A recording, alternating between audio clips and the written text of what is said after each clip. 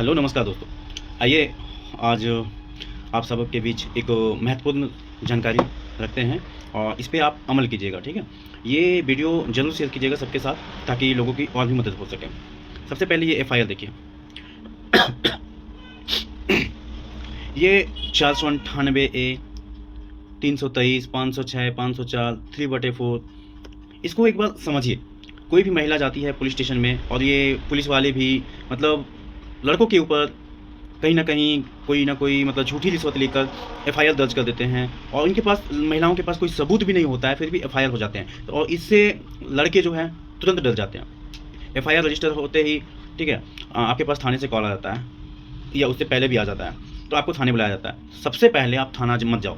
कोई भी थाना वाला इंस्पेक्टर या कोई भी आपके पास फ़ोन करे तो आप उनसे पहले उनका पद पूछें कि आप किस पद पे हैं, फिर उनसे उनका नाम पूछें, फिर आपके खिलाफ़ क्या एफआईआर हुआ है, कौन से धाराएं में एफआईआर हुआ है वो पूछें, एड्रेस पूछें, ठीक है, कौन किया है, ये सब कुछ पूछें, ठीक है।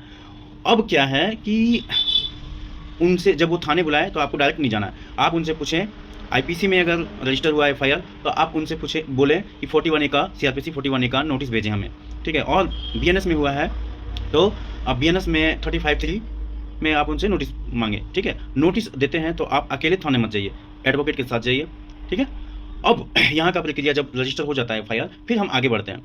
आगे बढ़ने पर क्या है कि महिलाओं द्वारा जो है झूठी एफआईआर कर दिया जाता है 498A 323 504 506 3/4 एक्ट, ठीक है। तो जैसे आप सबको पता होगा कि दहेज लेना जितना अपराध है उससे ज़्यादा अपराध ये है दहेज देना, ठीक है।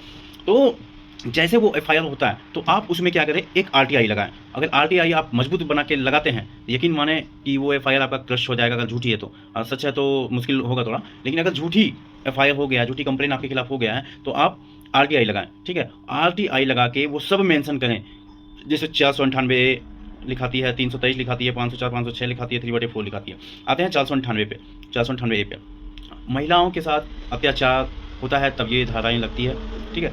तो आपने कोई अत्याचार नहीं किया तो आपको डरना नहीं है। अब आ जाए 323 पे। अगर आपने महिला के साथ मारपीट नहीं किया है या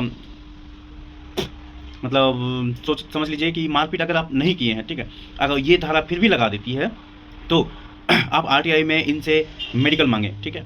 मेडिकल रिपोर्ट पुलिस स्टेशन में जब आप आरटीआई लगाएंगे जन सूचना अधिकारी के पास तो मेडिकल रिपोर्ट मांगे। 504 506 धमकी देना, गाली गलौज करना, ठीक है। गाली गलौज का वो वीडियो, वो ऑडियो रिकॉर्डिंग मांगे, ठीक है। अब रह गई 3/4 दहेज लेना दहेज देना दोनों गुनाह है, ठीक है।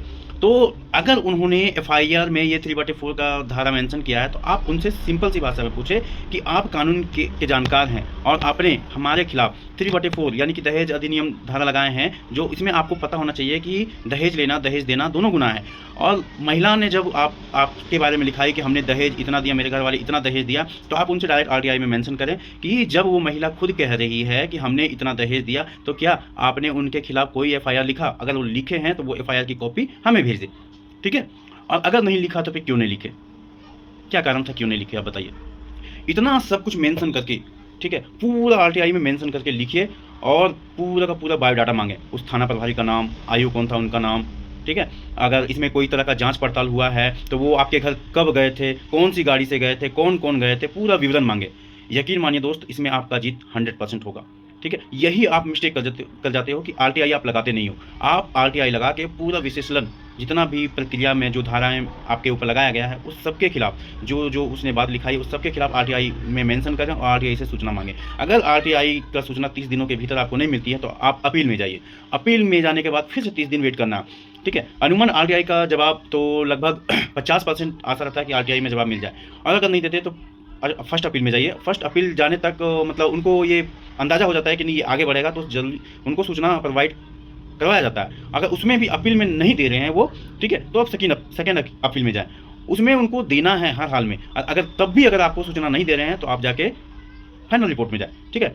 अब वो जब आरटीआई का रिपोर्ट आपको देंगे, ठीक है, तो भी ठीक है, और नहीं देंगे तो वो जज साहब जो बैठे होते हैं वो उनसे मांग लेंगे अच्छे से रिपोर्ट। तो आपको झूठी एफआईआर में डरना नहीं है ना। झूठी एफआईआर को किस तरह मैनेज करना है, किस तरह क्रश करवाना है, ऐसे आरटीआई रिपोर्ट निकलवा ले और पूरा हाई कोर्ट चले जाए। हाई कोर्ट सब सर्टिफाइड कॉपी लेके जाइएगा, आधार कार्ड लेके जाइएगा और एक अननोन व्यक्ति का जो आपके परिचय है उनका भी आधार कार्ड लेके जाइएगा, उनको भी साथ में लेके जाइएगा और एफआईआर क्रश करवाइए। ठीक है, उम्मीद करते हैं कि आपको ये वीडियो समझ में आ गई होगी और आप सब इसका इस्तेमाल करेंगे।